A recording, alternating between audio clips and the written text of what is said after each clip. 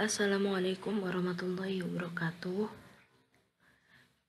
Kita melanjutkan materi selanjutnya, masih tentang kaidah usul fikih.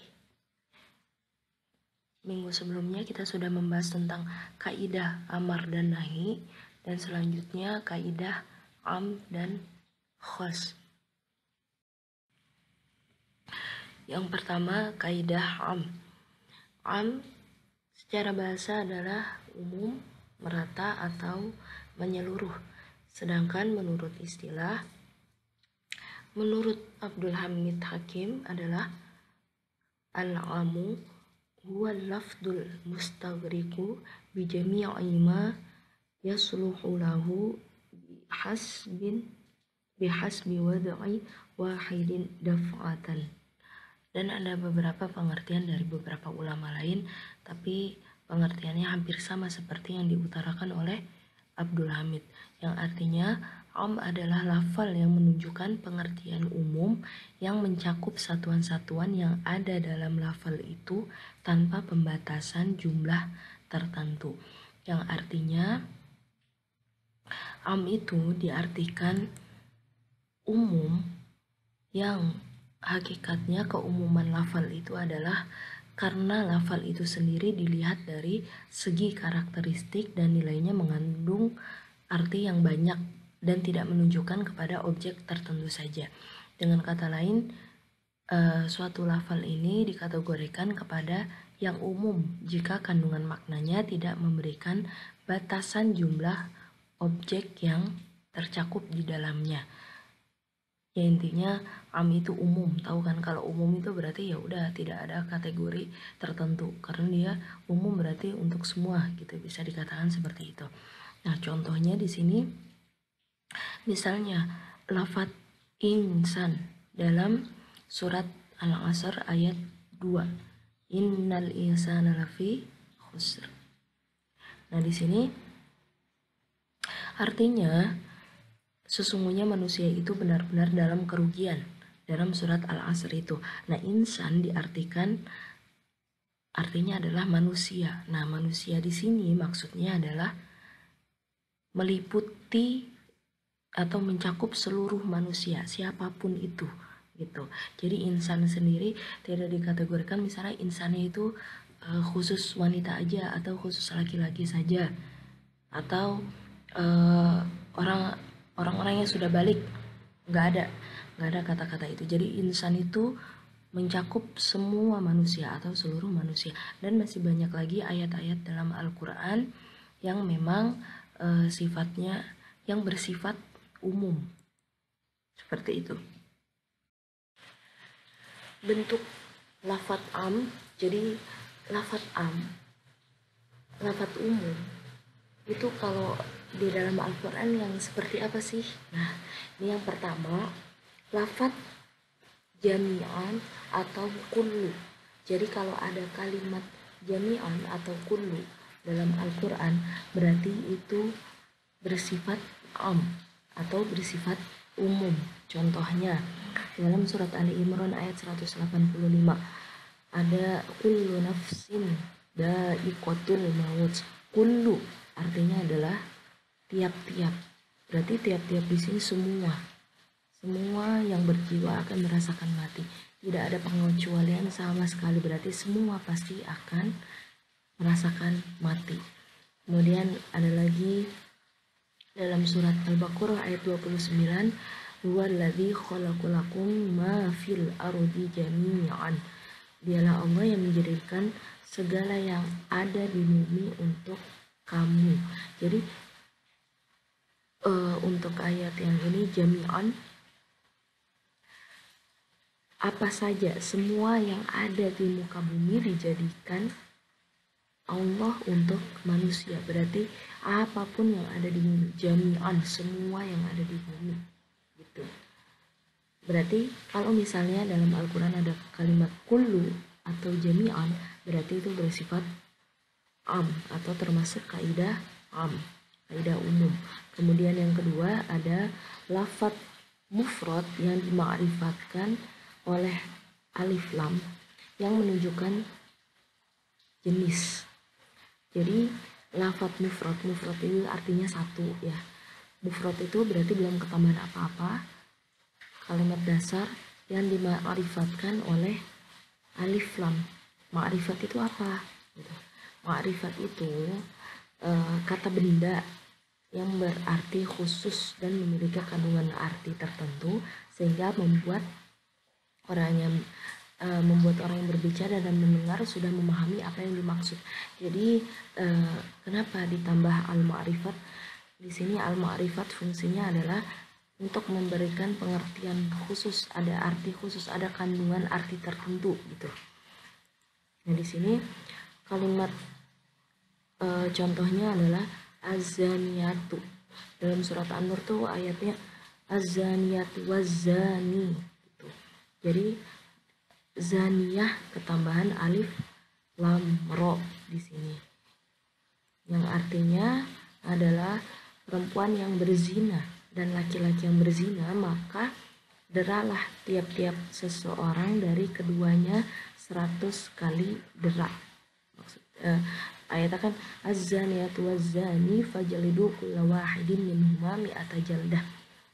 Jadi semua yang berzina maupun perempuan ataupun laki-laki wajib didera. Di sini ada kalimat az-zaniyatu. Az-zaniyatu berarti semua perempuan yang melakukan zina gitu.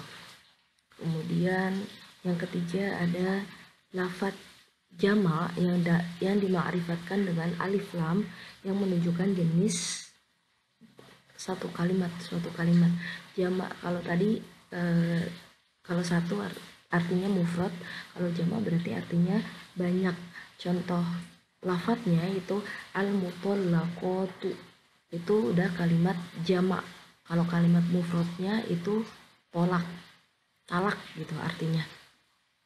Terdapat dalam surat Al-Baqarah ayat 228 yang berbunyi wal mutallaqatu yatarabbasna bi anfusihinna thalathata quru.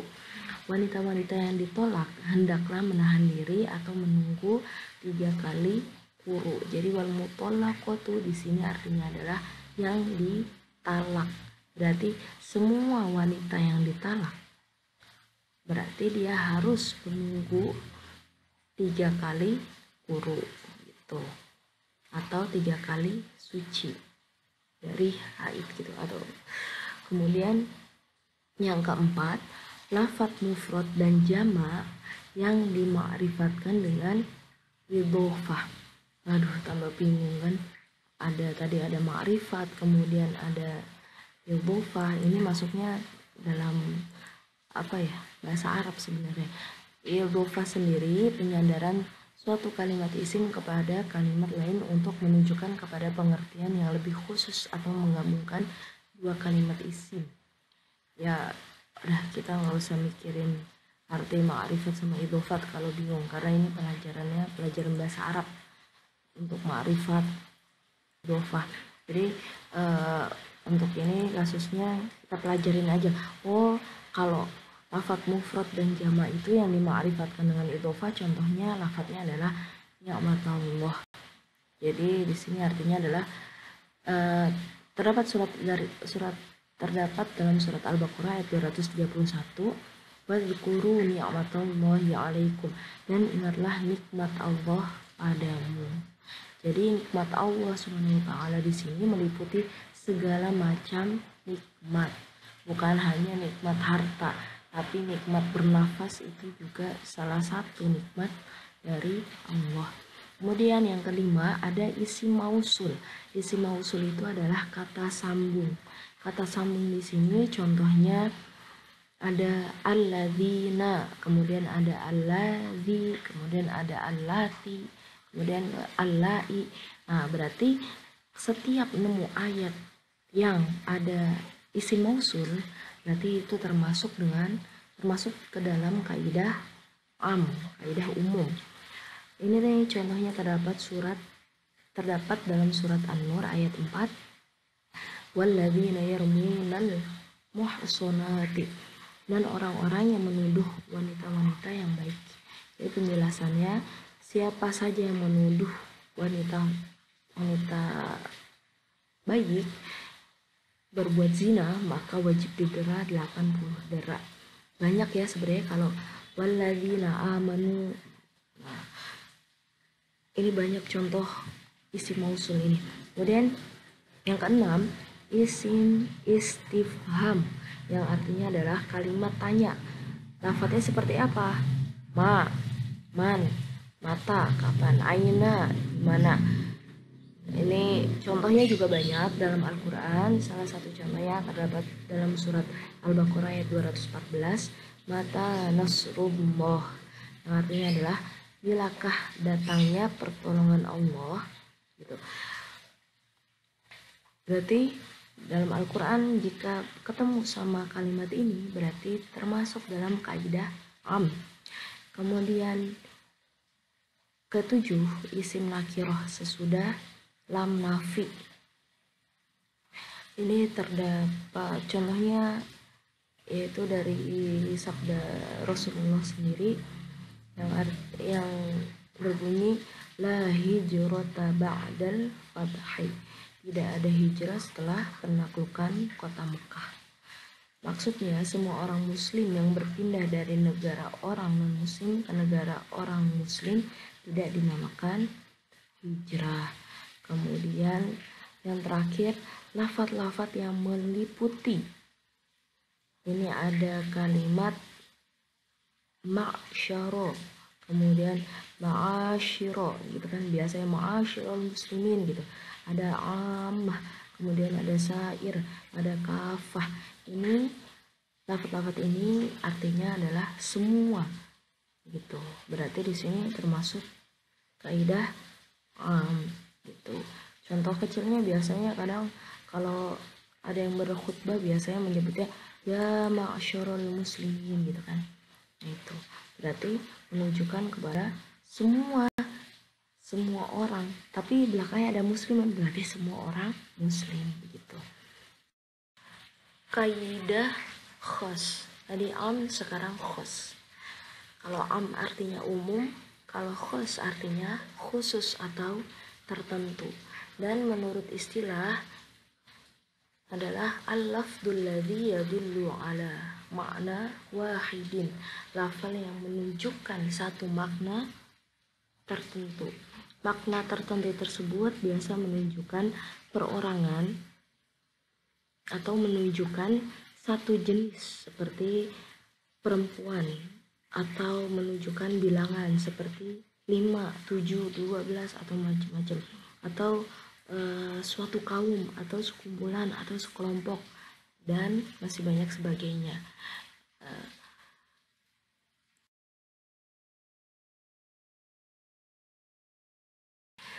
Bentuk lafaz khos. Lafaz khos seperti apa sih kalau dalam Al-Quran? Ini yang pertama ada lafaz khos berbentuk mutlak, yaitu lafaz khos yang tidak ditentukan dengan sesuatu. Maksudnya apabila dalam nas itu terdapat lafaz yang menunjukkan makna khos, selama tidak ada dalil yang mengalihkan dari makna hakiki, ya berarti itu diartikan sesuai dengan artinya sendiri. Jadi kalau misalnya memang dalam ayat itu udah bentuknya ini khusus gitu, misalnya hanya satu orang perempuan gitu misalnya, kan itu khusus perempuan satu orang, ya udah kita pakai arti itu, kecuali ada dalil-dalil yang menerangkan tentang ayat tersebut gitu. Jadi memang ada, nanti itu ada namanya kaidah am, kaidah umum, yang terdapat pengertian lagi di situ, ada pengertian yang dikhususkan gitu. Jadi umum tapi dikhususkan, ada yang seperti itu. Kemudian yang kedua, lafaz khos berbentuk khos muqayyad yang ditentukan dengan sesuatu. Jadi apabila lafaz khos yang mutlak itu ditemukan berada dalam nas lain dan diterangkan secara muqayyad, muqayyad itu adalah lafaz yang menunjukkan pada hakikat lafaz tersebut dengan dibatasi oleh sifat, keadaan, dan syarat tertentu. Atau dengan kata lain, lafadz yang menunjukkan pada hakikat lafadz itu sendiri yang dibatasi oleh batasan. Nah, kemudian dalam topik dan sebab pembicaraannya sama, maka semua hukumnya harus ikut sama. Contohnya ini, misalnya gini nih, contohnya gini, ada lafadz ini adalah lafadz khos, tapi ternyata ada ayat lain di surat lain yang kalimatnya sama, lafadznya itu sama, tapi penjelasannya dia bukan termasuk ke dalam lafadz khos, tapi ternyata dia termasuk dalam lafadz muqayyad. Nah, ada yang seperti itu. Contohnya terdapat dalam surat Al-Maidah ayat 3. Jadi ditentukan oleh lafadz am, darah yang mengalir atau yang membeku. Berarti semua hukum darah artinya maksudnya adalah haram gitu. Kemudian ternyata dalam surat lain ditemukan lagi dalam surat Al-An'am ayat 145 yang itu lafadznya tentang lafadz darah juga.